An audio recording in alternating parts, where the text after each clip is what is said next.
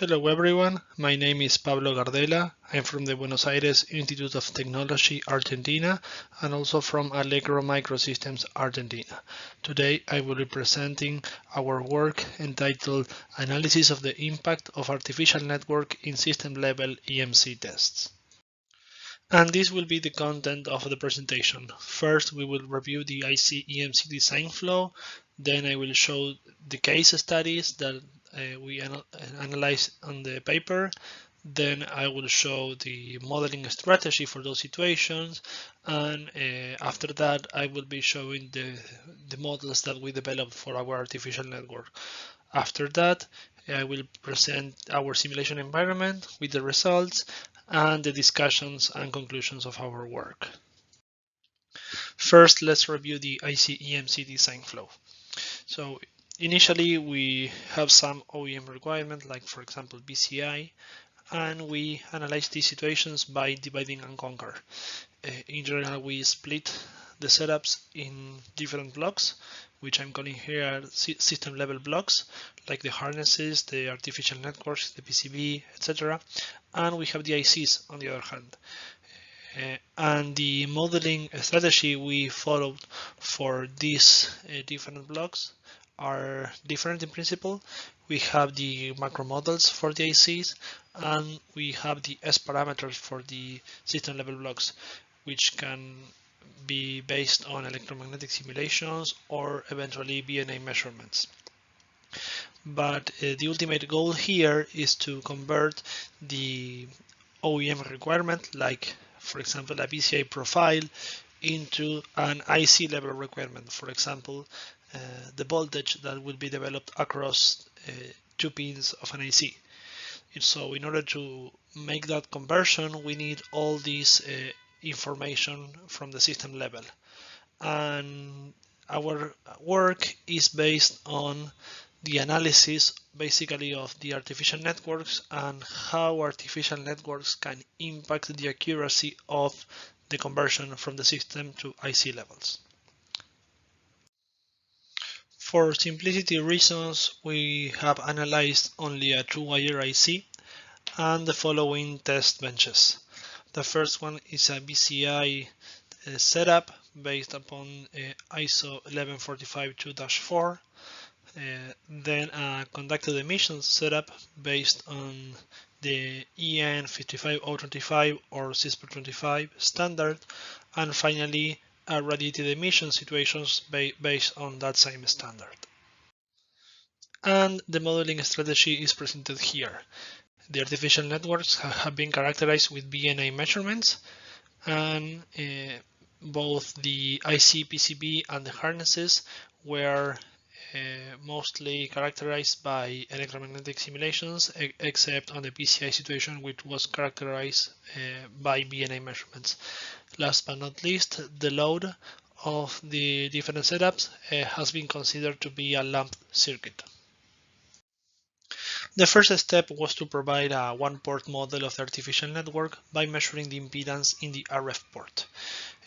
We had to de-embedded the calibration fixture used for connecting the VNA to the banana shack of the artificial network. So the first thing to mention is that even after de-embedding the fixture, the impedance does not meet the expected levels, which by the way are not defined in the entire range. The EN 55025 only defines the impedance up to 108 MHz, which covers only the conducted emission situation, whereas BCI goes up to 400 MHz and radiated emissions up to 1 GHz, and those ranges are not within the impedance definition. Nevertheless, we extrapolated the current limits with the dashed black line, but nevertheless the impedance is not within those limits, as we can expect from a non-RF interface such as the banana shacks this off-the-shelf artificial network has.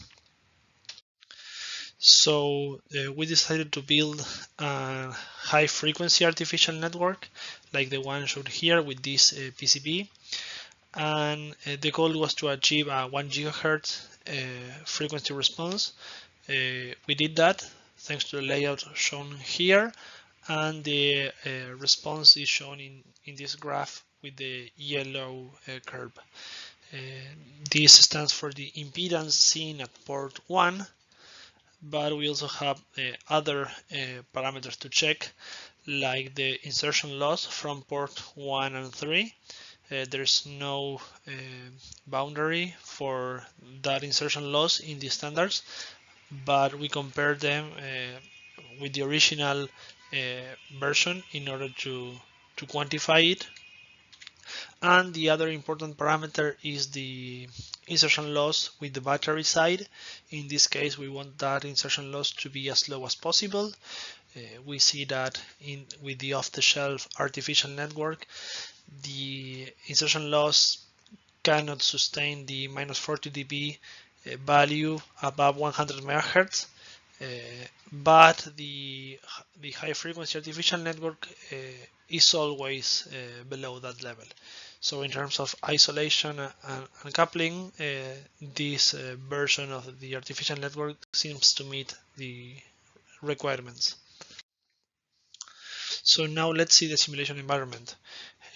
We have used the cadence simulator, and we have imported the different blocks by means of their S parameters loaded with touchstones files. So basically this setup I'm showing here is the BCI setup, and for the others situations, the only block that changed was the hardness. The other ones remains the same. In the case of the figure of merit that we are going to be analyzing for the different situations, in the case of BCI, we have the insertion loss from the RF port, this one here, to the IC position, which is this one. In the case of conducted emissions, we have the transimpedance from the IC position to the voltage developed across the 50 ohm of each artificial network. And last but not least, in the case of radiated emissions, we have analyzed the common mode current through the harness. So let's see the results now. The first one corresponds to the conducted emission situations, where we have 4 different curves, 2 for the OTS artificial network and 2 for the high frequency artificial network, 1 for each artificial network, the one on the positive side and the one on the negative side.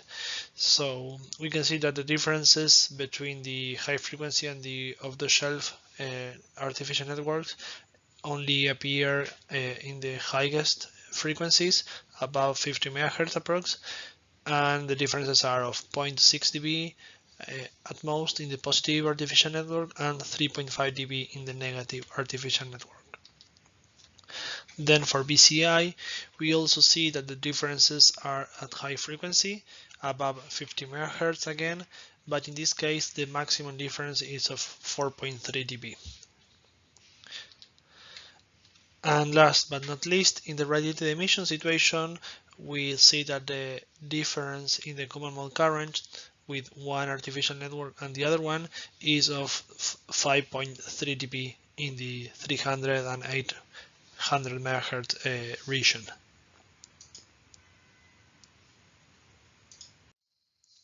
So now we have the discussion. Of course, that having an accurate system level modeling is crucial for the developing of IC level EMC requirements. But in this work, we have showed that the off-the-shelf artificial network that we used was leading to several dB of difference between the expected 50 ohm model and the actual. So of course these numbers are completely dependent on the case studies and the numeric values we assign to the different variables, but we consider that to be a proof of concept of the sensitivity that the system level can have with the artificial network, and this theory can be applied to other situations. Then on the other hand, we have the CISPR16 that defines the artificial network impedance only up to 108 MHz. And the standard states that impedance error can be considered within the uncertainty budget. However, despite not covering the entire bandwidth, as I said before, this work has demonstrated that the differences can become quantitatively important. But the thing that is the greatest concern for us is that the OTSAN not only has a mismatch against the 50 ohm, but the main problem we see here is the reproducibility issues the non-RF interfaces can impair to the setup. In fact, there are two works cited in our paper, number 9 and number 10. They showed that basically the impact of using closed adapters in terms of repeatability, reproducibility, and accuracy. Also, they encourage the use of coaxial lines. Those suggestions were considered for our design of the high-frequency artificial network. Another important thing is that the off-the-shelf solution seems to be excessive for some applications. For example, the one we use can deal with 200 amps, while our can only handle 500 milliamps because of the current limitation of the inductor. Then in terms of voltage, the one we use can withstand 1 kilovolt, whereas ours can only withstand 50 volt due to the limitation of the DC capacitors. To mitigate these problems, we consider the first step is to somehow quantify the test bench integrity. Our proposal is to use the test bench transfer impedance, which is defined in the ISO 11452-4 standard as the common mode voltage in the injector probe position divided by the common mode current at the measuring probe position. This number will have units of impedance and can become a fingerprint of the actual setup. It will therefore integrate all the effects of the artificial networks into the same metric and is one possible way of contrasting on-site the impact of different artificial networks. As well as that, pieces of equipment like the monitoring stuff can also be compared with this metric, as was proposed by the authors in a previous work. One drawback of this approach is that the essential quantities of the tests cannot be directly derived from this quantity, like for example the common mode current in radiated emissions. Also, another drawback is that the derivation of the test bench transfer impedance has some low frequency assumptions and approximations, which can be a cause of concern of this method. However, it can become a valid figure of merit for comparability of test setups. Conclusions. Our work has showed the importance of using a high-frequency artificial network that meets the impedance requirement on the entire bandwidth of the EMC test for an accurate IC level translation. We have also showed that nowadays EMC requirements are demanding the trade-offs of the artificial network design to be reconsidered, especially for low voltage and low power applications where the off-the-shelf solutions may be excessive for some applications like DC current and DC voltage, while at the same time detrimental in their RF performance, basically because of the type of connectors, among other things. We highlight not only the importance of considering the actual artificial network properties for accurate simulations, but also as a source of non-ergodic uncertainty, especially when non-RF interfaces are used and that can change from site to site. We recommend the use of the test bench transfer impedance as a signature of the actual test setup to reduce these inconsistencies. On the contrary, the effects of the artificial network and its lack of accurate modeling can be seen as poor interlaboratory correlation as well as loss of simulation accuracy during the early design stages. So that's it. Thank you very much for your attention. I will be looking forward to hearing from your feedback and answering all the questions you may have. Thanks.